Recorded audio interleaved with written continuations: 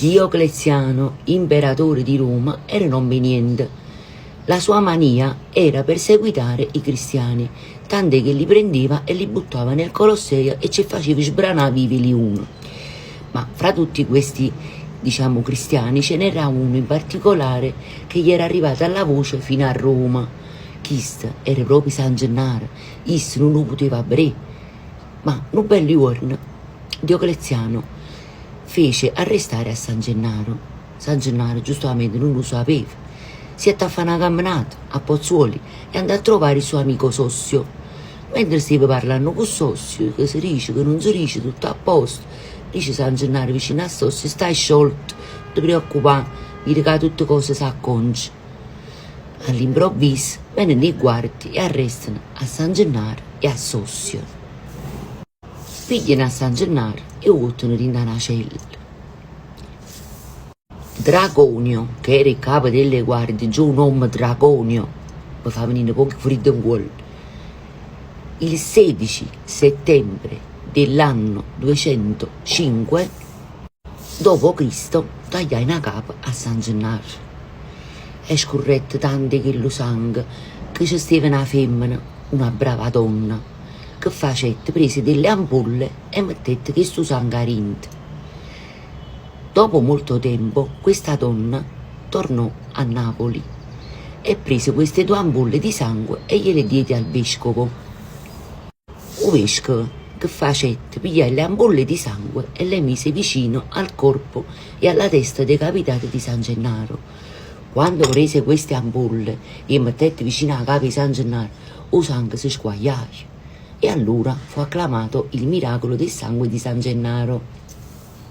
Le reliquie di San Gennaro stanno qua, stanno a Napoli, stanno nel Duomo di Napoli, ma una congregazione che all'epoca non ci credeva tanto a questo miracolo voleva cancellare un nome di San Gennaro a rindu calendario. Ma i napoletani che facettero una rivolta, ma una rivolta si arrabbiò in Napoli e andarono fuori a questa congregazione che striscione scrivendo: San Gennaro futteten, tu sei santo nostro e noi la mamma. Ma un miracolo più grosso è stato fatto il 16 dicembre del 1631, quando eruttò il Vesuvio e Napoli stava quasi per essere coperta dalla lava. I napoletani cominciarono a pregare: San Gennaro, San Gennaro, San Gennaro, mettici la mano a tu, faccia gialla perché il busto di San Gennaro è tutti oro, quindi la faccia sua mi pare gialla e noi napoletani lo chiamiamo faccia gialla. Invocarono questo santo così fortemente, furono vescovati, che tanto all'epoca un vescovo che facette pigliare la statua di San Gennaro e la portò in coppa a spiaggia. Quando arriva in coppa a spiaggia a Margellina, la mano del santo si alzò e con le 3 dita fermai la lava e quindi Napoli fu salvata dall'eruzione del Vesuvio. Quindi San Gennaro per noi è un santo, è un idolo, è un vippa. E mo sapete che facciamo in mandorline, che là pralinate, quando sta la festa di San Gennaro, che l'odore rindunasi, che l'innucelle e che li mandorle con zucchero. Venite a prestare a me, pia di carta e penna.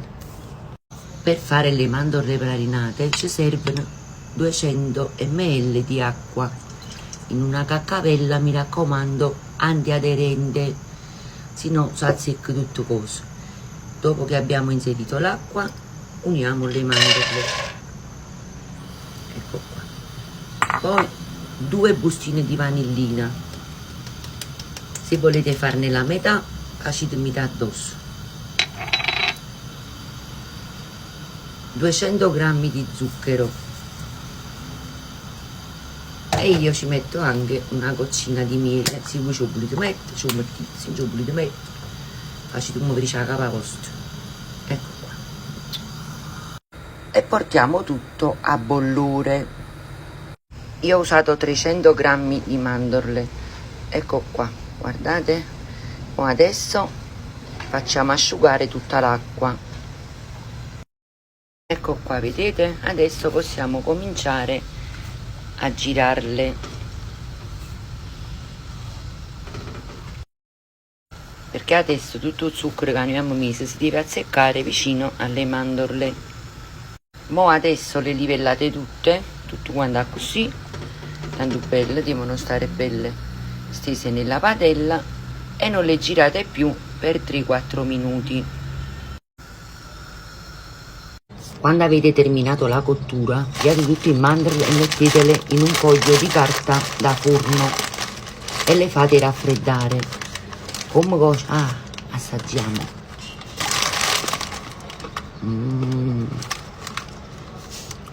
A modo mio faccio raccontare questa storia che per me è importante, la tengo in tuo cuore. E mo, tanti auguri a tutti Gennaro e speriamo che oggi San Gennaro ci fu un miracolo e squagli su sangue. Buona giornata a tutti quanti.